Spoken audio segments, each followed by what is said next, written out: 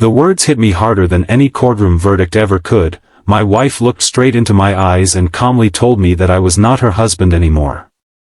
There was no shouting, no tears, no dramatic scene. Just 6 quiet words that somehow made 22 years of marriage feel like they had vanished in a single breath. What she did not know was that I had already made one decision of my own. Before that day was over, the iron gates of my $10 million estate would be locked, every access code would be changed, and for the first time in years, I would stop allowing other people to decide what my life was worth. My name is Everett Calder, and for most of my adult life, I believed money was supposed to make life easier. I had built a successful construction company from a borrowed pickup truck and a tiny rented office.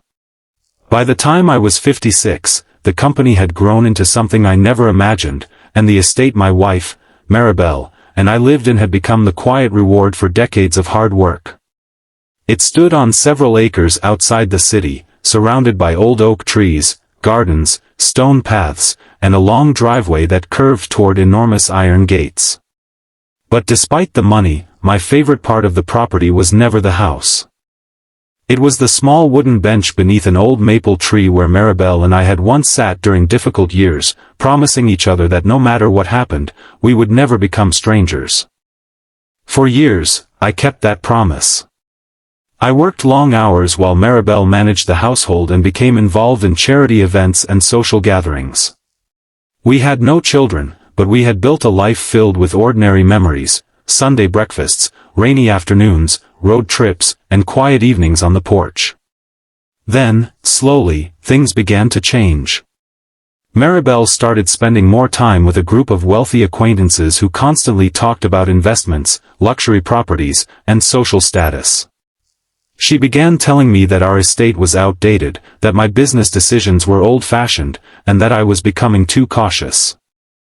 At first, I laughed it off. I thought every marriage went through seasons.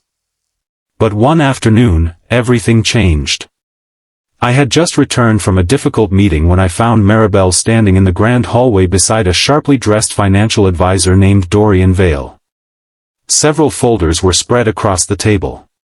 When I asked what was happening, Maribel didn't even look embarrassed. She simply told me that she had decided our marriage was over emotionally and that she was preparing to move forward with her life. Then she said the words that froze me: she was not my wife anymore, and I should stop treating her like one. If you believe in kindness, second chances, and the idea that people deserve to be valued for who they are rather than what they own, please take a moment to like, comment, share, and subscribe to Kindness Corner 2.0. Your support helps these stories reach people who may need a reminder that dignity and compassion still matter. I stared at the woman I had loved for more than 2 decades and suddenly understood something painful. She wasn't asking for a divorce. She had already emotionally divorced me. The paperwork was simply waiting to catch up. I asked whether someone else was involved. She denied it. I asked whether she wanted to save our marriage. She said she had already made her decision. Then Dorian quietly explained that Maribel believed the estate should be sold and divided as part of the settlement. He spoke with the confidence of someone who assumed the outcome had already been decided. That was when I noticed something strange. One of the folders contained documents I had never seen before. There were plans for selling the estate, transferring certain company interests, and restructuring assets. My signature appeared on several pages, even though I had never signed them. I didn't accuse anyone. I simply picked up the folder and told them I would have my attorney review everything. That evening, I walked alone through the estate. The house that once felt warm suddenly seemed enormous and empty. I passed the dining room where Maribel and I had celebrated anniversaries. I passed the library where she used to read beside the window. Finally, I reached the old maple tree. I sat on the bench and remembered the young woman I had married. She had once believed I was worth loving before I owned anything. She had stood beside me when my company was nearly bankrupt. She had packed lunches for me when I couldn't afford restaurant meals. She had believed in me when even I had doubts. And somewhere along the way, we had lost each other. The next morning, I called my attorney, Helena Voss.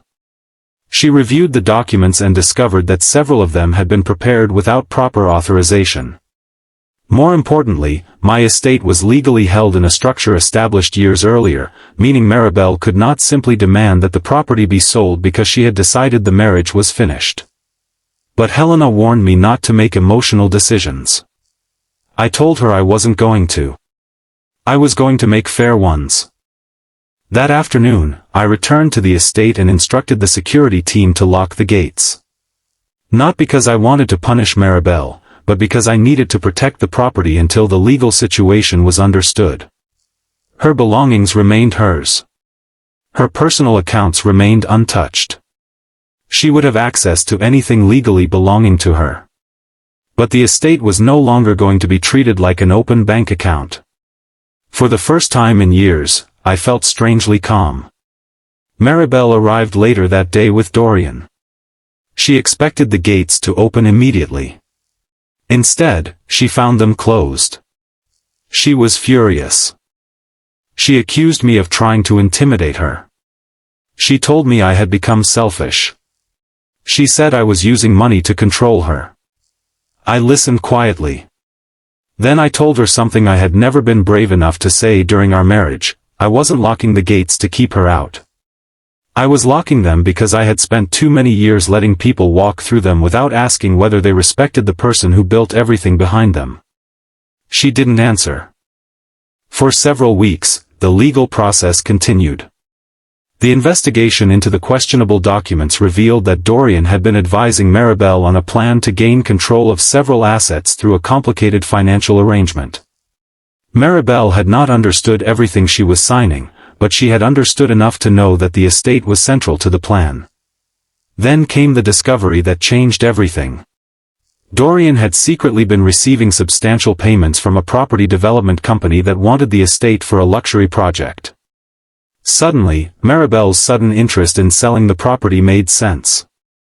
When she confronted him, he denied everything. But the financial records told a different story. Maribel was devastated. One evening, she returned to the estate alone.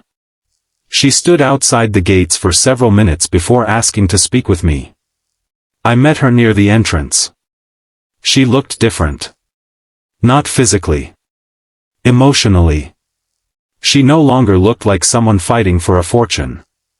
She looked like someone who had finally realized what she had nearly destroyed.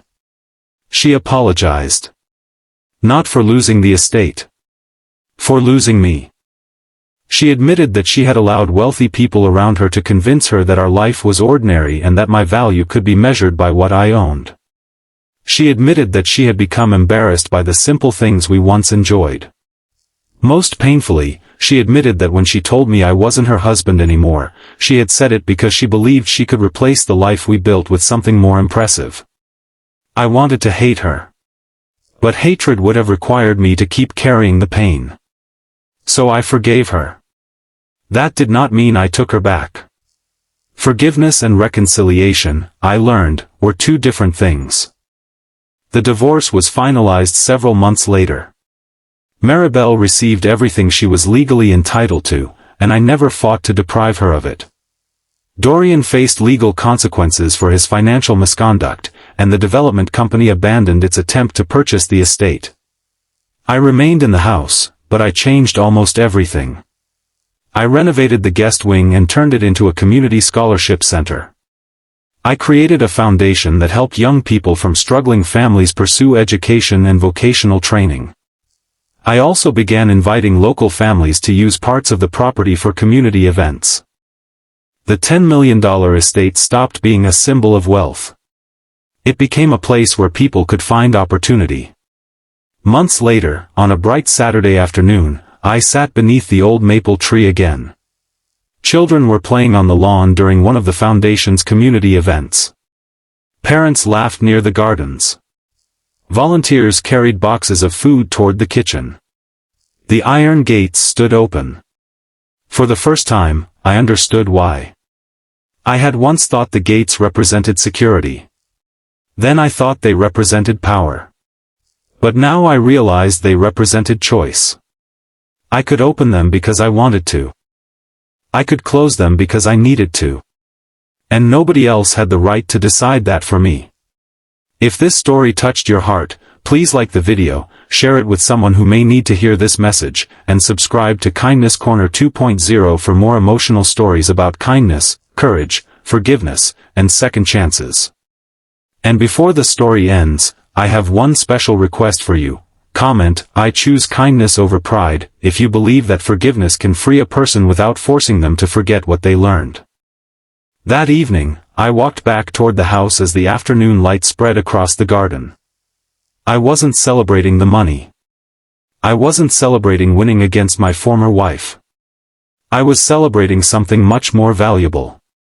I had finally learned that a person's worth cannot be measured by the size of their house, the number in their bank account, or the people standing beside them when life is easy. Sometimes, the greatest act of strength is knowing when to close a gate. And sometimes, the greatest act of kindness is knowing when to open it again. The estate was still worth $10 million. But after everything that happened, I finally understood that my life was worth far more. And that was something no one could ever take from me again.